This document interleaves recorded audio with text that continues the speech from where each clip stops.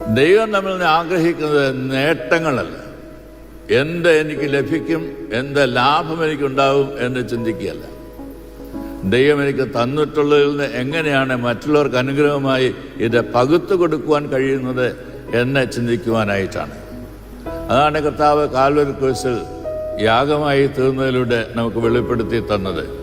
തൻ്റെ ശരീരം മുറിച്ചു, തൻ്റെ രക്തമൊഴുക്കി, താൻ യാഗമായിട്ട് തീർന്നു. ഇനി ഊമയായിട്ടുള്ള ഒരു മൃഗത്തെയും യാഗം കഴിക്കേണ്ടതായിട്ടുള്ള ആവശ്യകതയില്ല. എന്നേക്കുമായിട്ട് കർത്താവ് പരമയാഗമായിട്ട് തീരുകയാണ്. അതിലൂടെയാണ് കർത്താവ് രക്ഷ നൽകുന്നത്. അതുകൊണ്ട് സേവ് us now, ഇന്ന് ഞങ്ങളെ രക്ഷിക്കുക എന്ന യേശുവിൻ്റെ അടുത്ത് അട്ടഹസിക്കുന്നതായുള്ള ജനത്തോട് കർത്താവ് പറയുകയാണ്.